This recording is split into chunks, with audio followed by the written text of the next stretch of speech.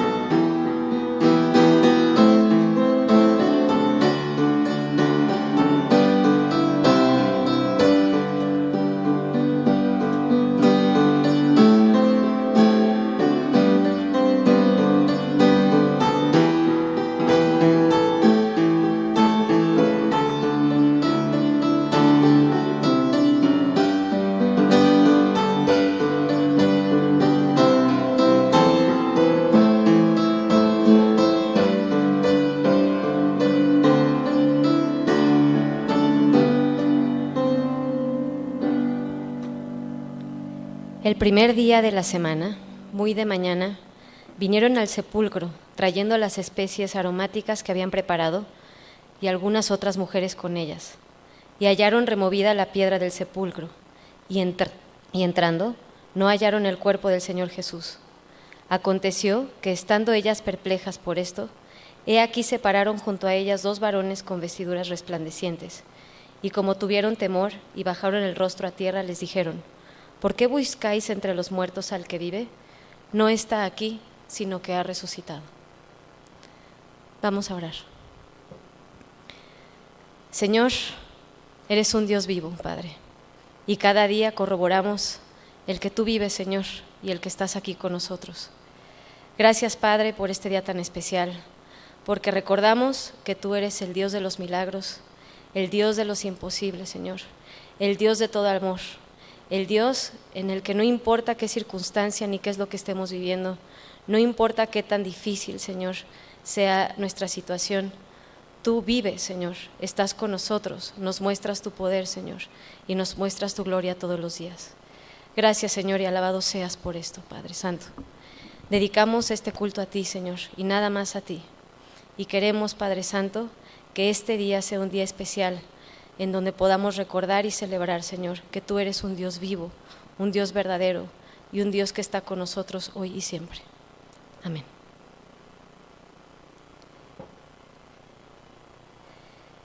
Voy a leer, vamos a entonar el himno El Señor resucitó.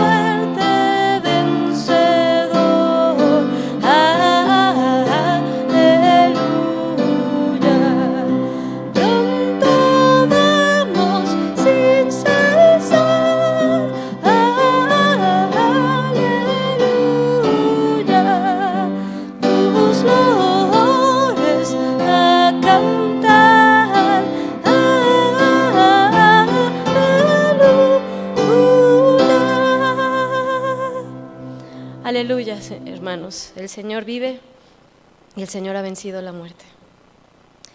El Salmo 16, versículos del 8 al 11, dice: A Jehová he puesto siempre delante de mí, porque está a mi diestra, no seré conmovido.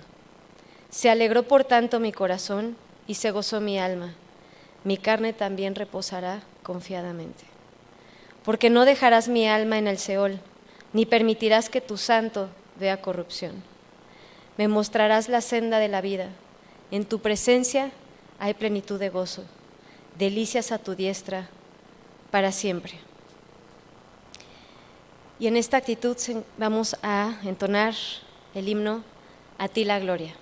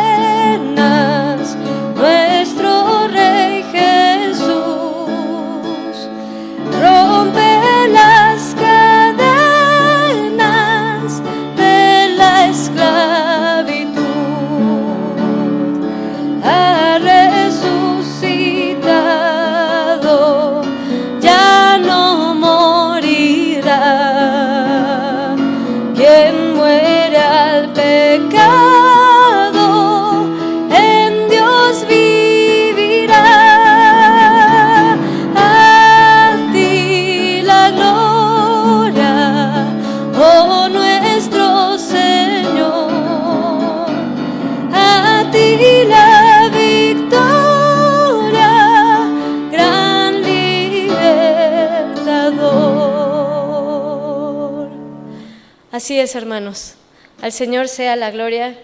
Él nos libra de penas, aún en los más difíciles momentos. Aún en momentos de pandemia, Él muestra que es un Dios vivo. Y yo creo que este año, que es un año diferente, el día de hoy lo podemos vivir también de una manera diferente y celebrarlo diferente, porque a pesar de todo el Señor nos ha traído hasta aquí y Él nos ha mostrado su poder, que Él es vivo y que efectivamente Él rompe las cadenas de todo, de la esclavitud, que ha resucitado y que hemos muerto al pecado y en el Señor vivimos. Vamos a leer la lectura del sermón del día de hoy. que es 2 Corintios 5, versículos del 14 al 20. Porque el amor de Cristo nos constriñe, pensando esto, que si uno murió por todos, luego todos murieron, y por todos murió, para que los que viven ya no vivan para sí, sino para aquel que murió y resucitó por ellos. De manera que nosotros de aquí en adelante a nadie conocemos según la carne, y aun si a Cristo conocimos según la carne, ya no lo conocemos así. De modo que, si alguno está en Cristo, nueva criatura es. Las cosas viejas pasaron, he aquí todas son hechas nuevas. Y todo esto proviene de Dios, quien nos reconcilió consigo mismo por Cristo y nos dio el ministerio de la reconciliación. Que Dios estaba en Cristo reconciliando consigo al mundo, no tomándoles en cuenta a los hombres sus pecados, y nos encargó a nosotros la palabra de la reconciliación. Así que somos embajadores en nombre de Cristo, como si Dios rogase por medio de nosotros, os rogamos en nombre de Cristo, reconciliaos con Dios.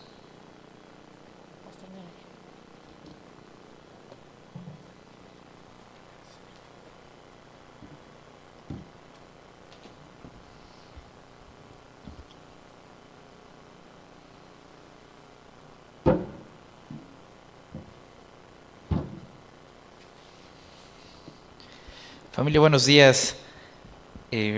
Excelente domingo, 7 de la madrugada, más de madrugada aún porque se nos adelantó el horario. Pero vean qué bonito amanecer. Pocas veces tenemos la oportunidad de verlos, por lo menos desde la iglesia. Es mejor para algunos verlo desde la playa. Pero hoy es un domingo muy especial porque es justo bajo un contexto parecido en donde históricamente celebramos el momento en el que las mujeres llegan a la tumba de Jesús y la encuentran vacía. Digo que es un momento muy especial porque se unen muchas cosas en este pequeño detallito que es no encontrar a Jesús en la tumba.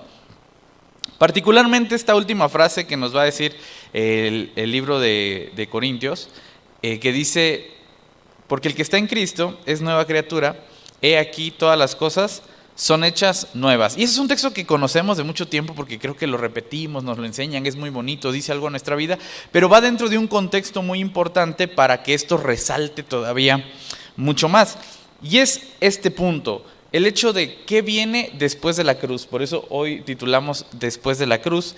Y entonces tú imagínate que hay un montón de planes, un montón de sueños, cosas que uno se imagina, que quiere lograr, que quiere hacer, sueños con los que uno corre toda su vida y que de repente se va imaginando que al paso de los años estos sueños se van a ir cumpliendo y se van a ir logrando personalmente.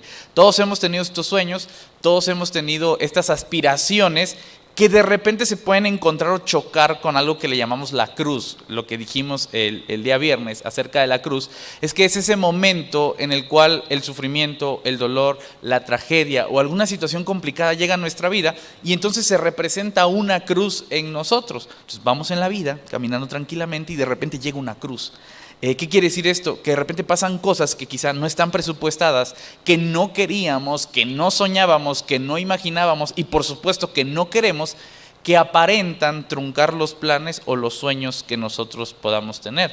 Puede ser un rompimiento, un accidente, una enfermedad, una crisis económica, algún problema, una pandemia como la que estamos viviendo ahora, y esos momentos, al ser una cruz, detienen un proceso normal de la vida. Entonces, está Jesús, que tiene sueños, que tiene aspiraciones grandes, que tiene todo un proyecto de vida y que además mucha gente lo está siguiendo y que esta gente cree en esos sueños, cree en esas aspiraciones, tales como decir que un día el pueblo de Israel va a ser gobernado por Dios, que las cosas van a cambiar, que va a haber paz, que va a haber prosperidad, que no va a haber más enfermedad, un montón de cosas que Jesús había venido predicando.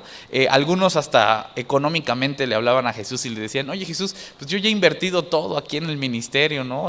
¿Qué me toca a mí de regreso? Y ahí Jesús respondiéndoles: de cierto os digo que en esta vida tendrán 100 veces más y en la que sigue van a tener la vida eterna, ¿no? O sea, toda esta gente está esperanzada en lo que sigue del ministerio de Jesús. Y de repente llega la cruz, llega Jesús y todo este sueño y toda esta aspiración es crucificada en ese momento, y entonces para muchos es aniquilado.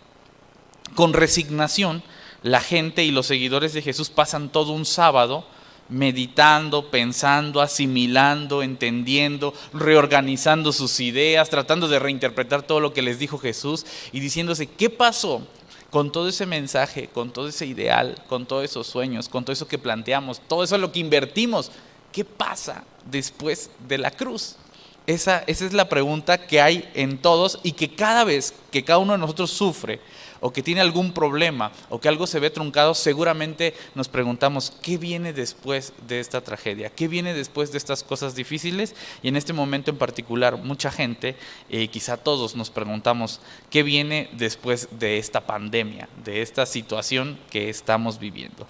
Y entonces comienza Corintios a tratar de responder a esta pregunta diciéndonos así: porque el amor de Cristo nos constriñe, pensando en esto, que si uno murió por todos, luego todos han muerto. Primera frase, interesantísima. Dice que el amor de Dios nos constriñe. ¿Qué es constriñe? Creo que no es una palabra tan usada en nuestro léxico común, pero tiene que ver con apretar.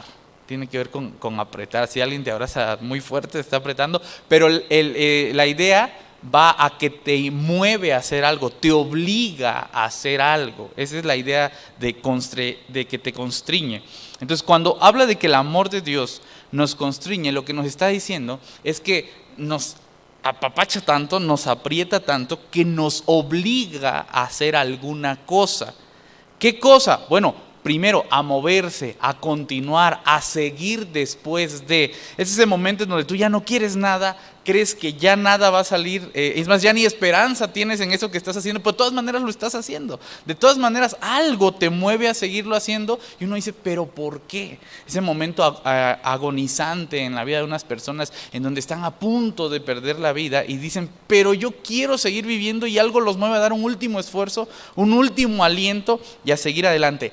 A tal punto llega este concepto en griego de que el amor de Dios nos constriñe, al punto en donde cuando ya no queremos nada, cuando ni sabemos qué hacer, de todas maneras nos movemos y de todas maneras hacemos algo.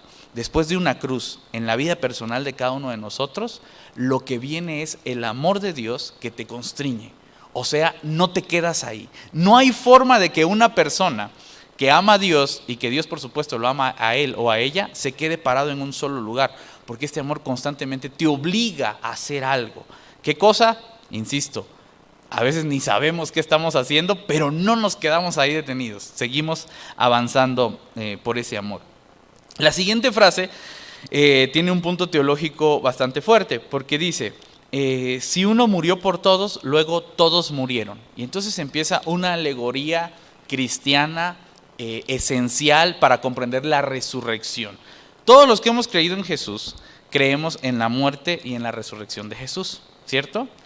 Sin embargo, también creemos en que nosotros vamos a morir y que también vamos a resucitar. ¿Estamos bien hasta acá todos? Esa es como que parte de la fe esencial que nosotros tenemos.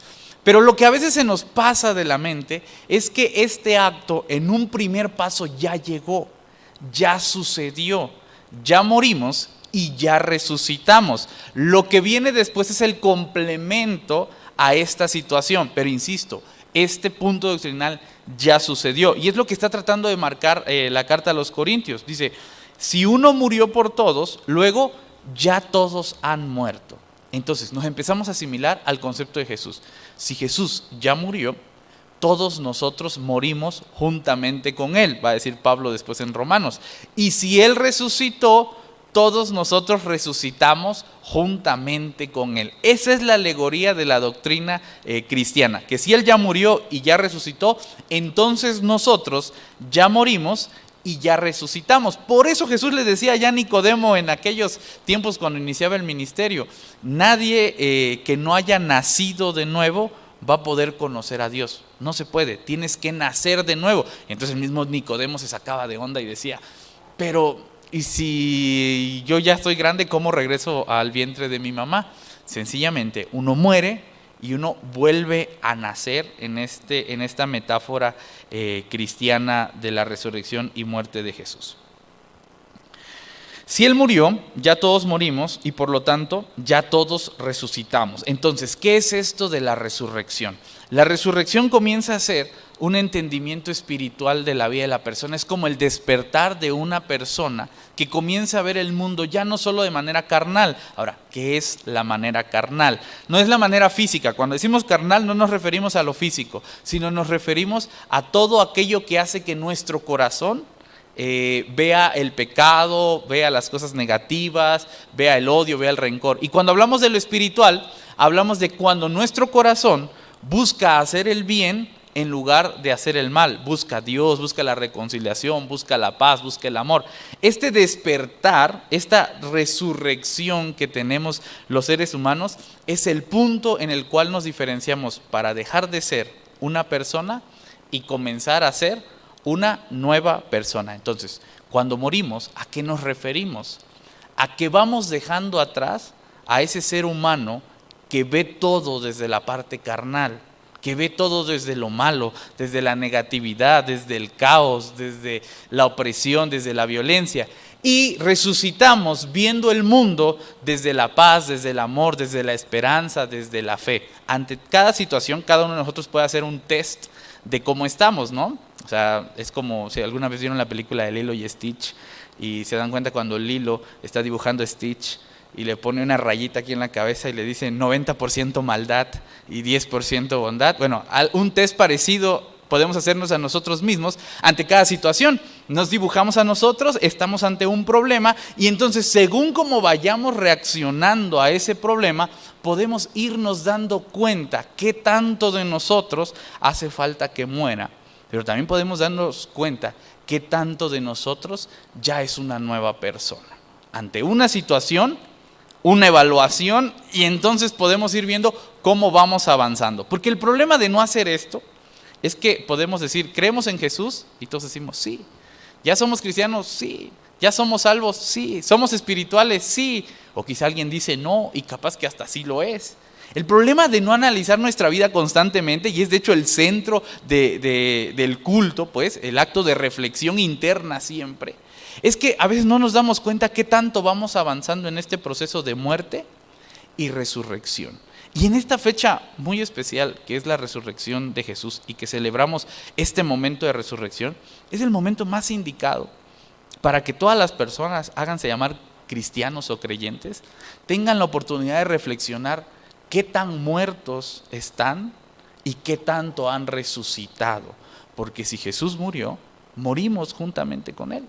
Y si Jesús resucitó, resucitamos juntamente con Él. Y esto, insisto, es la esencia del cristianismo y de la celebración de Semana Santa. Porque si Jesús hubiese muerto, pero no hubiese resucitado, vana sería nuestra fe. Porque si nosotros matamos a nuestro viejo ser humano, pero no sacamos a uno nuevo, de nada ha servido. Si un día nos arrepentimos de algo, pero regresamos a lo mismo, quedamos igual. Si un día confesamos algo y nos esforzamos con algo, pero otra vez reiteramos en esa vida y en esa situación, no ha servido de mucho. El punto es dejar morir y comenzar a nacer nuevamente. Una vez explicado esto, continúo leyendo esta partecita y dice así: de manera que nosotros de aquí en adelante a nadie conocemos según la carne. Acuérdense lo que les dije del concepto carne. Y aún si a Cristo conocimos según la carne, ya no lo conocemos así. Esta parte, ¿a qué hace alusión? Aquel momento en donde el mismo Pablo, unos versículos atrás, está diciendo...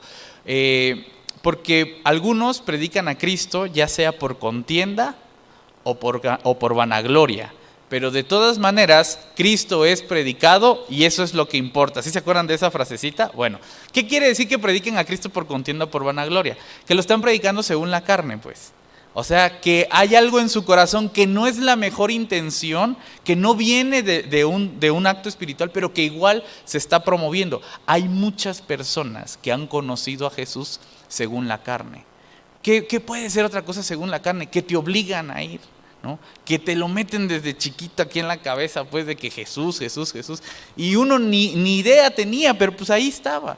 Que a veces uno se encuentra en un accidente y por eso se tiene que encontrar con Dios en esa situación final. Encontrarse con Jesús según la carne es encontrarse con Él de una manera que quizá no es el ideal, no es lo mejor, es encontrarnos en nuestro pecado con Él. Pero igual nos lo encontramos y eso es valioso. Pero ¿qué es lo importante? Que al paso del tiempo ya no lo conocemos según la carne, sino que lo vamos comprendiendo según un acto diferente. Lo vamos amando, ya no porque mi papá me dijo, ya no porque mi mamá me enseñó, ya no porque me obligaron sino que ahora lo vamos amando porque hizo algo por mí, porque vivo agradecido, porque comprendo su amor, porque quiero amar como Él, porque he conocido algunas cositas más y eso es parte de seguir avanzando. Entonces a eso se refiere este texto bíblico, de manera que nosotros de aquí en adelante ya nadie conocemos según la carne. Y aun si a Cristo conocimos según la carne, tampoco lo conocemos de esa manera más. De modo que si alguno está en Cristo, nueva criatura es. Las cosas viejas pasaron y he aquí todas son hechas nuevas. Ahora sí ya llega el texto, el que todos conocemos, ¿no? Si nosotros estamos en Cristo, empezamos a ser nuevas criaturas. ¿A qué les compararé a esto? No a una terminación definitiva, sino a un proceso de evolución y de adaptación, en el cual nosotros como humanos vamos siendo nuevos. ¿Okay? Insisto, es como un gerundio, no es un perfecto. No ya somos nuevos. Vamos siendo nuevos, vamos mejorando, vamos aprendiendo, nos vamos adaptando. El que está en Cristo va siendo nuevo cada vez más. Y eso es lo bonito de haber creído en Jesús, pues que es un proceso que no terminamos y que no acaba en esta vida, sino que sigue y sigue hasta nuestros días finales. Todo lo que proviene de Dios, y todo esto proviene de Dios, quien nos reconcilió consigo mismo por Cristo y nos dio el ministerio de la reconciliación. Cuando nosotros hablamos de Semana Santa, ¿qué estamos contando? O sea, en resumen, estamos diciendo que Jesús vino a habitar entre nosotros, inició un ministerio de reconciliación, llegó al templo de Jerusalén, se pronunció como Señor, lo asesinamos, resucitó y se logró el objetivo. ¿Cuál era el objetivo? Que Dios se reconciliara con el mundo. Ese era su objetivo. ¿Se acuerdan que hablamos de que siempre hay un argumento detrás de todo y hay algo que es muy esencial y que en torno a eso giran todas las conclusiones a las que llegamos? Pues Jesús tenía una de esas y su objetivo era reconciliar a Dios con el mundo, o al mundo con Dios, aunque aquí de manera muy particular se dice que era Dios quien se quería reconciliar con el mundo. Quizá Dios estaba enojado, sí. Quizá Dios ya estaba harto de la humanidad, tal vez. O sencillamente, quizá Dios quería volver a estar con los seres humanos, con quienes a Él le había encantado estar desde el principio. Entonces, ¿qué es la resurrección? Es la conclusión de la reconciliación de Dios con el mundo. ¿A qué vino Jesús? Insisto, y es que de verdad, por lo menos mi postura teológica trata de eliminar por completo la idea de que Jesús vino a morir como si fuera su objetivo final. Jesús vino a reconciliar a Dios con el mundo y lo logró. Ese era el fin y ese fin fue conseguido. Pero ahí no acaba todo. Una vez que la humanidad se reconcilió con Dios o se empezó a reconciliar con Dios, dice, nos dio a nosotros el ministerio de la reconciliación. ¿Quiénes somos nosotros? En este caso está hablando Pablo, se cree, y Pablo representa a uno de los seguidores post Jesús, o sea, después de Cristo. Ya no pertenece ni siquiera a la primera generación de cristianos, sino a la siguiente generación en la cual entramos todos. ¿Por qué? Porque además Pablo es el predicador de los gentiles, ya no de los judíos. O sea, cuando Pablo está diciendo nosotros, se refiere ya a toda la banda, pues, ya a todo el barrio, a todos los que no son de la élite cristiana como eran los judíos, los sacerdotes, los apóstoles, sino que ya está hablando absolutamente de todos. ¿Qué vino a hacer Jesús? A reconciliar a Dios con el mundo. ¿Y cuál es nuestra tarea? El ministerio de la reconciliación. Hay una esencia sobre la cual el cristianismo de todos nosotros debe girar, y es el acto de estar reconciliando a Dios con el mundo. Ese es el argumento central, como lo dijimos al principio. Hay una misión que tenemos los cristianos. Ahora sí que hay unos que se pueden poner la camiseta, hay unos que no les gusta tanto, pero ojalá todos quisiéramos ir sobre ese punto, sin importar las conclusiones, sin importar cómo lo hagas. A algunos les encanta orar y así reconcilian a Dios con el mundo. A algunos les encanta ayudar y así reconcilian a Dios con el mundo. A otros les gusta hablar mucho, como a mí, y así van reconciliando a Dios con el mundo. Algunos ni hablan, algunos solo sonríen, algunos abrazan, algunos enseñan. Hay muchísimas formas de hacerlo, pero mientras el centro siga siendo el mismo, vamos avanzando por el camino correcto. Reconciliar a Dios con el mundo. Y aquí es donde quiero hacer un énfasis importantísimo. Mira, no se trata de obligar a la gente a creer en Dios, ni siquiera se trata de hacer que la gente crea en Dios, no se trata de que crean sus doctrinas, no se trata de que sigan sus rituales, no se trata de que acepten sus dogmas, no se trata de eso, se trata de reconciliarlos. Y a veces, para reconciliar a alguien con alguien, hasta hay que aceptar algo que a nosotros no nos parece. No sé si alguna vez les ha pasado, pero que tienen dos personas peleadas y ustedes son como que el referee y les toca estar en medio. Entonces una dice, no, pero es que esta persona es muy agresiva. Y la otra dice, sí, pero es que esta persona es muy irresponsable y es bien sentida. Ni siquiera, apenas le digo algo y ya está llorando. Entonces, y ahí uno está tratando de reconciliar a los dos. Y en ese momento, una de las cosas que solemos hacer, ojalá las hagamos, es a veces aceptar que de un lado hay cosas que no son del todo correctas y que del otro lado tampoco las son. Y es mucho más fácil que al oído de una persona le entre una reflexión cuando se acepta la postura del otro lado. Es decir, a ver, si es cierto, esta persona es bien sentida. Si tú le picas la pancita se va a poner a llorar. Si tú le sacas la lengua no te va a hablar nunca. Es bien sentida. No lo hagas, porque tú también eres bien agresivo. Cuando hablas, hablas muy fuerte, hablas demasiado directo y sueles lastimar con tus palabras. Entonces bájale tantito, no tienes que ser tan fuerte. Y en ese diálogo es mucho más fácil que ambas partes entiendan su postura y entonces puedan reflexionar sobre ella. Pero si uno llega a decir, es que Dios es así y punto, ¿saben cuándo se va a reconciliar la gente con Dios? Nunca. Es que así es, así nos dijeron, no hay otra forma de platicar. Tienes que hacerlo de esta manera y de esta forma. Y entonces hay gente que no entra en esas formas, hay gente que no entra en esas maneras, hay gente que no entra en esas creencias y por eso nunca se reconcilian. Si Dios nos ha dado el ministerio de la reconciliación de Dios con la gente, quizá haya que entender también las posturas de Dios a nombre de la iglesia, a nombre de nosotros, a nombre de nuestras creencias, a nombre de nuestras doctrinas, para que con ese amor y con esa aceptación podamos ir a decirle a las otras personas, es que Dios no es así. Y quizá si eso pasó, pues podemos arreglarlo, podemos mejorarlo, podemos cambiar, podemos transformar. El ministerio de la reconciliación no es un acto de enseñar, obligar o incluso posicionarse. Es un acto de escuchar, empatizar, comprender y entonces hacer algo al respecto. Es bien diferente decir, vamos a reconciliar a Dios con el mundo, vamos a enseñarle a esos pecadores que están mal y que nosotros sí estamos bien. Es diferente la postura. Cuando nosotros hablamos de evangelizar, y aprovecho usar este concepto que casi no suelo usar y es porque se entiende mal, de hecho, evangelizar no es el acto de ir a hacer que la gente crea en Dios, es el acto de hacer misericordia con la gente para reconciliar a la gente con Dios. Cuando nosotros hablamos de evangelizar, es ejercer nuestro ministerio de la reconciliación. De modo Leo de nuevo todo. Que si alguno está en Cristo, nueva criatura es. Estamos cambiando. Las cosas viejas ya pasaron. Hay que dejarlas. Si ya pasaron, hay que dejarlas. He aquí todas son hechas nuevas. Hay que ir caminando sobre esta nueva perspectiva, la cual tiene que ver con la misericordia y con el amor.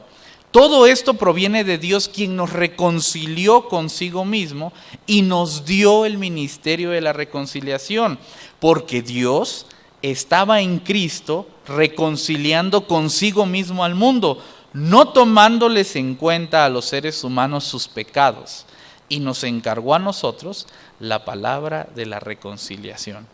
Punto clave. No tomándoles en cuenta sus pecados. Y a veces a nosotros nos cuesta mucho entender esto, que no se nos toman en cuenta nuestros pecados ya. Y ese es el acto de gracia, pues. Si no, no fuera gracia. El acto de gracia es cuando uno dice, está bien, pues, ya, no pasó nada. Volvamos a empezar desde ceros y vamos a volver a intentarlo. Es un acto de gracia, se borra todo y volvemos nuevamente. ¿Cuál es el acto de gracia que nosotros tenemos que llevar hacia afuera? El mismo. Está bien, no pasó nada. Volvamos a empezar nuevamente y la volvamos a intentar una vez más. Y en este camino de reconciliación, pues busquemos hacer las cosas de una mejor manera porque somos nuevas criaturas.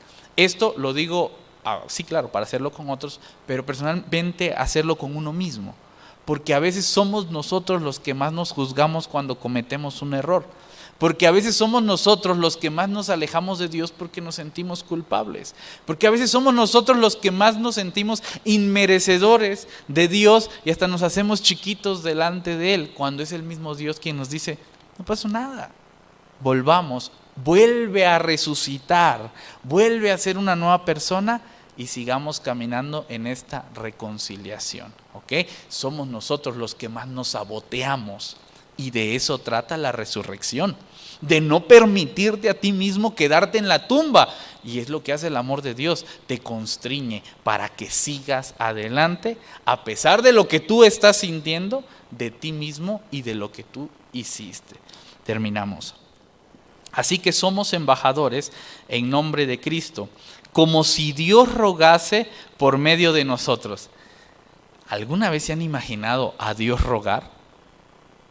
¿Alguna vez se han puesto a pensar a un Dios que pide, a un Dios que solicita, a un Dios que busca? Y es que esto a veces queda tan fuera de nuestra teología porque nuestra teología tiene muchas basuritas griegas, perdón que le diga basuritas griegas, pero como que está metida mucha ideología de esa ideología divina, omnipotente, superpoderosa, tan lejana a nosotros que nos olvidamos de esta bondad hebrea que siempre tuvo en Dios, un Dios humano, un Dios que está entre nosotros, un Dios que se entristece, un Dios que se pone feliz, un Dios que se alegra, un Dios que se enoja.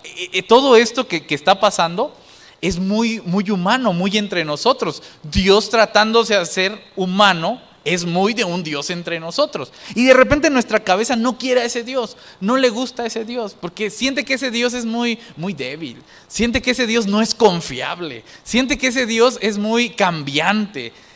Y eso es porque a nosotros nos gusta o nosotros preferimos idealizar incluso a Dios y decir, es el Dios todopoderoso, es el Dios inmutable, es el Dios que nunca cambia, es el Dios que hace todo lo que Él quiere. ¿Dónde que va a ser el Dios que ruega? ¿Dónde que va a ser el Dios que pide? No, ese no puede ser Dios. Los que tenemos que rogar y los que tenemos que pedir somos nosotros, los humanos. Eso está en nuestra mente.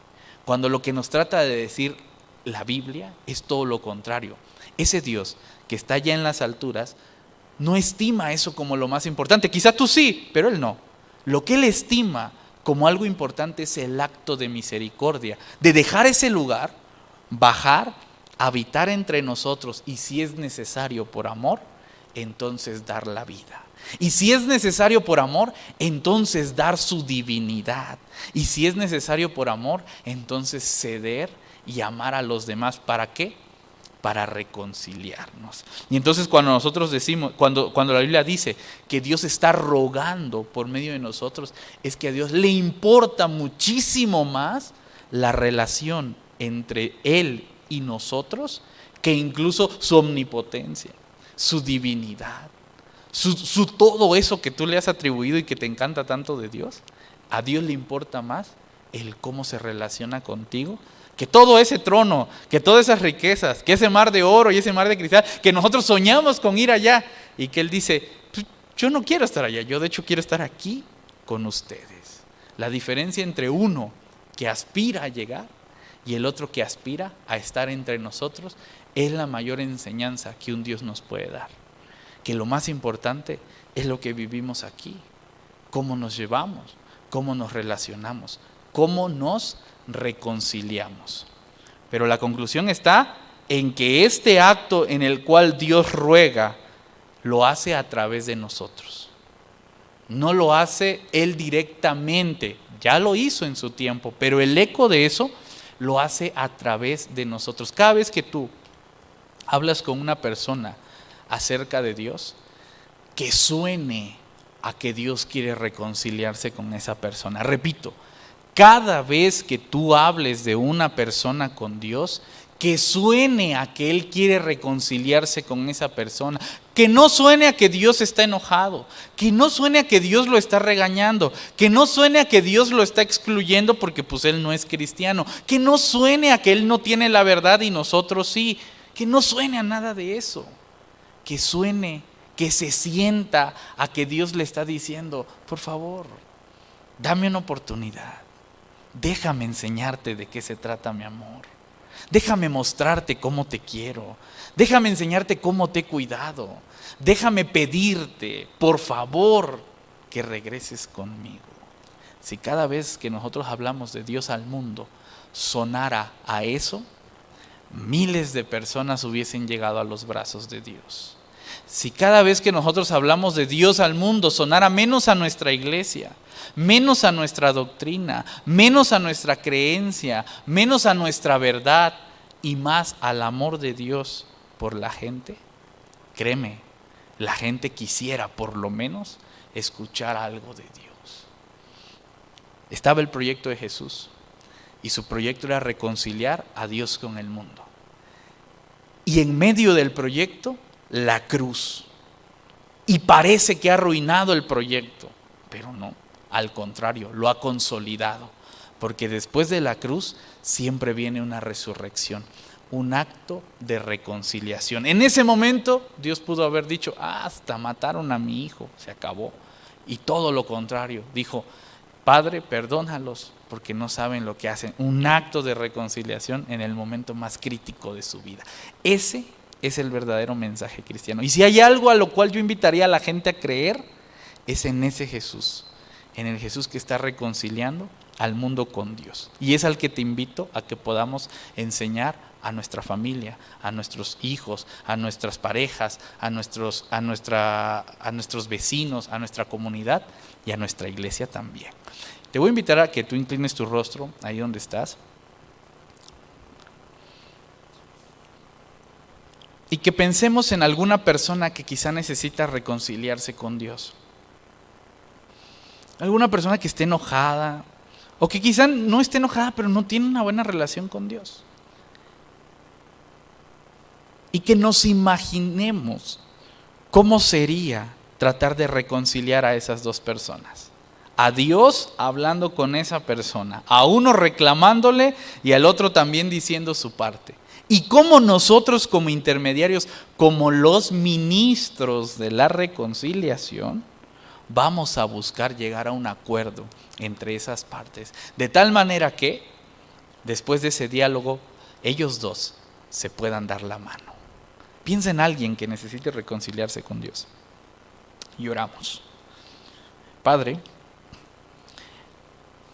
primeramente gracias porque en un momento alguien también nos sentó delante de ti y nos confrontó y nos ayudó a reconciliarnos contigo. Gracias porque pudo haber sido una palabra, pudo haber sido una música, pudo haber sido la Biblia, pudo haber sido un culto, pudo haber sido un hermano, un amigo, un pastor, un miembro de la iglesia que nos ayudó a reconciliarnos contigo. Gracias. Gracias porque ahora podemos estar en paz. Pero también sabemos que hay mucha gente que todavía no se reconcilia contigo, Señor. Y que nosotros podemos ser ahora esos que intervienen en medio de esa tensión que pueda haber. Señor, te pedimos que nos uses para que podamos llevar palabras de amor, palabras de ánimo, para que podamos motivar a la gente a creer en ti. Y quizá no a nuestra manera, sino a como él o ella se entiendan contigo.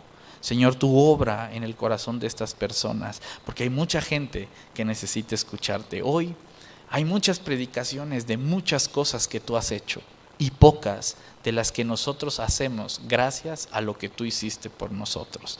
Déjanos hacer nuestra parte en esta vida también. Bendice y prospera todo nuestro ministerio con el cual nos hemos reconciliado. Nos dejamos en tus manos, en el nombre de Jesús. Amén.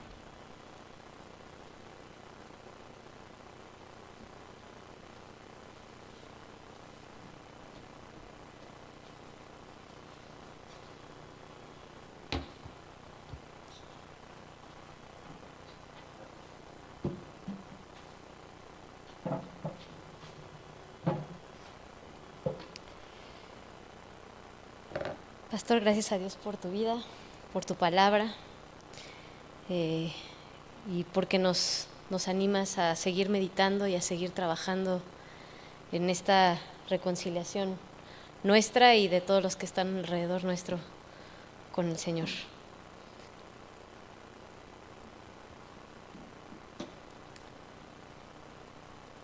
Vamos a entonar el siguiente himno.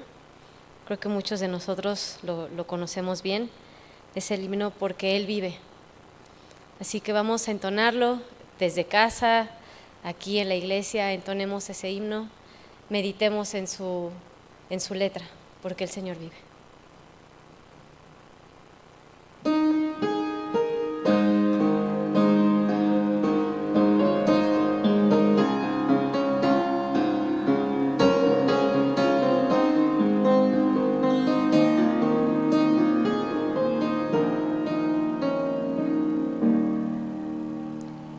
Dios nos envió a su Hijo Cristo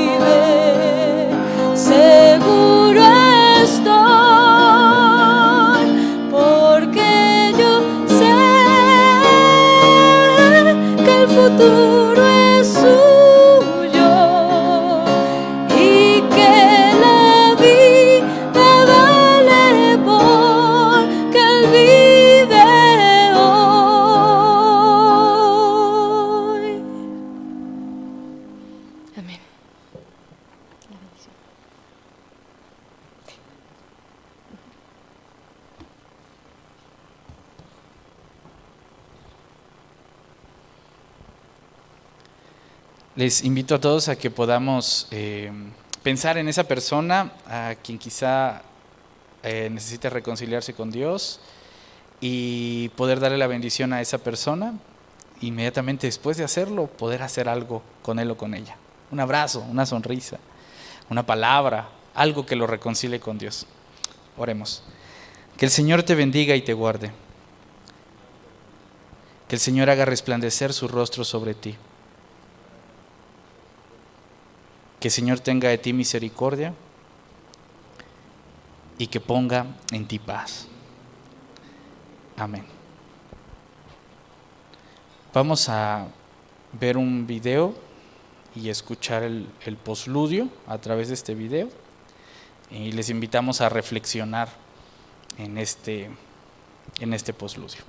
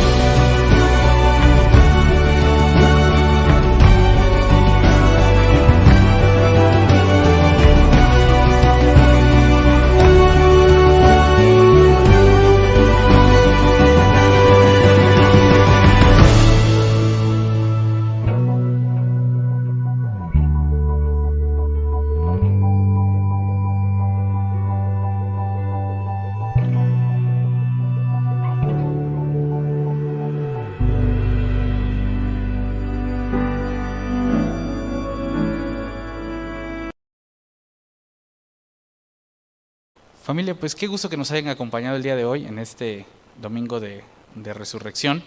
Esperamos que este día, así como otros tantos, puedan quedar en nuestros corazones marcados para siempre seguir buscando a Dios y hacer algo en nuestra vida con todo lo que Él ha hecho y con todo lo que Él nos ha dicho. A los que nos acompañan por YouTube Live, gracias por acompañarnos igual, un abrazote grande hasta allá en sus casas, que Dios les bendiga mucho. Les recordamos que no vamos a tener otro culto el día de hoy, este ha sido el único culto que tenemos, y que todas aquellas personas que hayan puesto en su corazón traer una ofrenda a Dios, pueden hacerlo en la parte de atrás, en las canasitas que siempre dejamos allá al fondo, y que por motivos de contingencia no podemos quedarnos mucho más tiempo, tampoco a desayunar el rico tamalito con pozole